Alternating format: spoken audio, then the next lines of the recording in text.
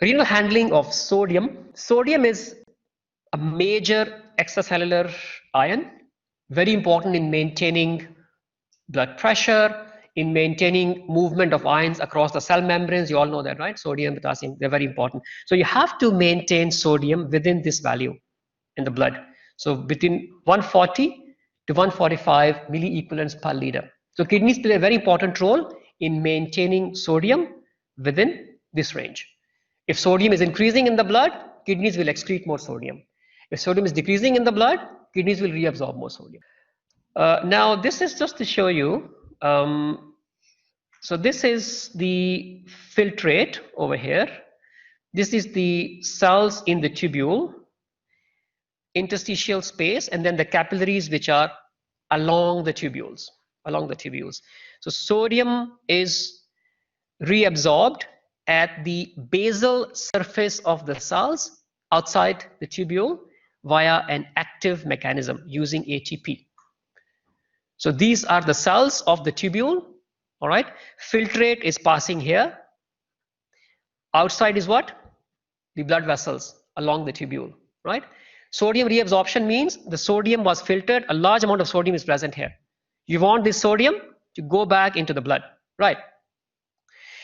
In order to do that, these cells, which are lining the tubules, they have an active sodium transporter towards the blood vessel. Sodium will go out. When sodium goes out, inside the cell, you have low concentration of sodium. So sodium from the filtrate will move into the cells. So it's like it's like just mopping the sodium out into the blood vessels. When sodium goes, there are many co-transporters. Sodium goes, takes glucose with it. Sodium goes, takes amino acids with it. So sodium reabsorption is linked with many other molecules like amino acids, glucose, so on and so forth. Okay, and of course water. Now, how is sodium handled by the kidney? Normally, about 60% will be reabsorbed in the proximal tubule via this exchange, sodium hydrogen exchange. And there is a diuretic which can actually act on this exchange as well. That is called amiloride diuretic. Okay. 30% will be absorbed in the loop of Henle using this transporter. And which diuretic blocks this one?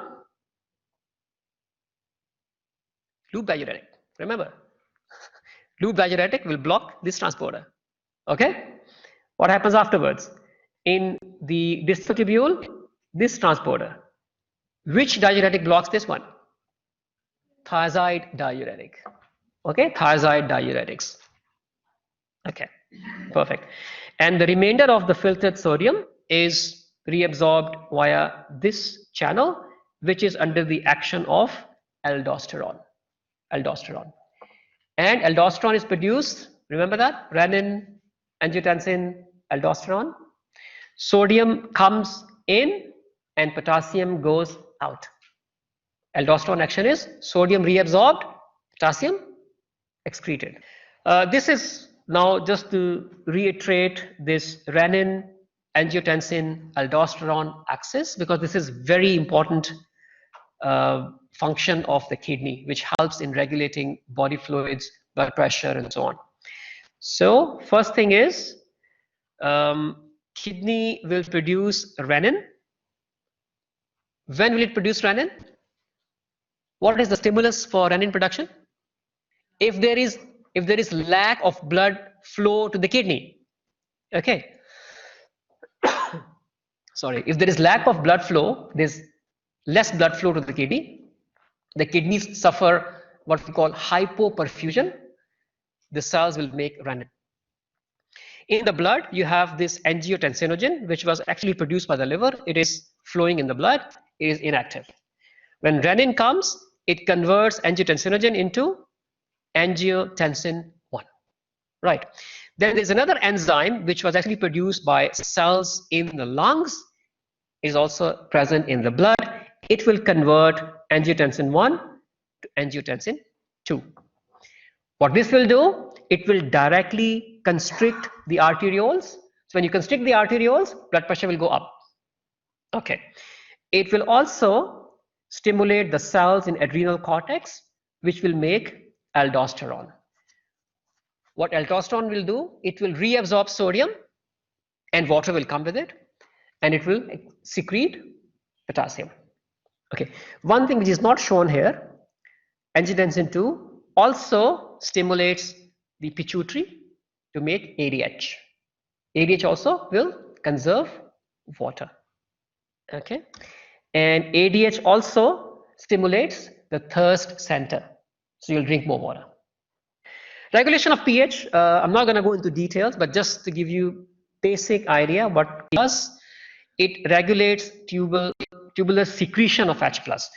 Our body, if you look at the metabolism, our body is living under threat of acids because we produce more acids every day, right? So we need to get rid of those acids, H+. So what kidneys do, they actively secrete H+ to get rid of all the organic acids. Okay, and also what kidney does, it reabsorbs bicarbonate, which is a buffer. Remember the buffers in the blood? So bicarbonate will regulate the pH in the blood. It will counteract the acids. And renal tubules can also generate, so they can reabsorb bicarbonate which was present in the blood, which was filtered, they reabsorb it. They can also generate new bicarbonate to counteract the acids in the body. So they regulate. Kidneys play a very important role in regulating the pH. This is just to show you H+ is actively secreted into the urine. Bicarbonate is reabsorbed back into the blood. So ultimately you get rid of acid and you reabsorb alkali or bicarbonate. For this reason, you know what is the normal pH of urine? Is it acidic or alkaline? It is acidic, right? Yeah. This is the range 4.5 to 8, but usually it is acidic, right? It will be alkaline if the patient is having metabolic alkalosis, for example, too much alkali, then kidney will be excreting the alkali. But normally, in a normal person, the urine pH is acidic because you are excreting more acid. All right. So what we covered today, in summary, the kidneys play a vital role as excretory organs. Waste materials like urea, creatinine, all those are excreted. Many drugs that we take, foreign materials, are excreted by the kidney. They play a very important role in fluid electrolyte balance through the renin-angiotensin-aldosterone axis. They can alter the pH of urine, helping our body excrete acids and conserve bicarbonate, so helping in maintaining pH homeostasis. Kidney also produces some important hormones. Erythropoietin. Have you heard this name, erythropoietin? You know what it does? It stimulates bone marrow to make more red blood cells. Patients who have chronic kidney disease, who do not make enough erythropoietin, they would have anemia. The RBC levels will be low. And also what happens if you travel to some mountains where the air pressure is low, right? Your kidneys will make more erythropoietin, so bone marrow will make more RBCs. Okay, any other hormone or any vitamin that kidney plays a role in producing or activating? Vitamin D. First step occurs in the skin under the ultraviolet light, right? You form vitamin D1. Okay, that's inactive. Then second step occurs in the liver, and third step occurs in the kidney. Then you have final active vitamin D. So kidney has many functions, all right? But in order to study the kidney functions that we'll be looking at next week and the week after, we'll be looking mainly at excretory function and water and fluid regulatory functions. With aging, there are certain effects that will occur in the kidney. There is a decrease in renal blood flow and GFR. Number of nephrons will also decrease. There's increased risk of for drug toxicity because you have less number of nephrons, GFR has reduced. There could be alterations in thirst and water intake as well. All right, I think that's all for this topic. Thank you.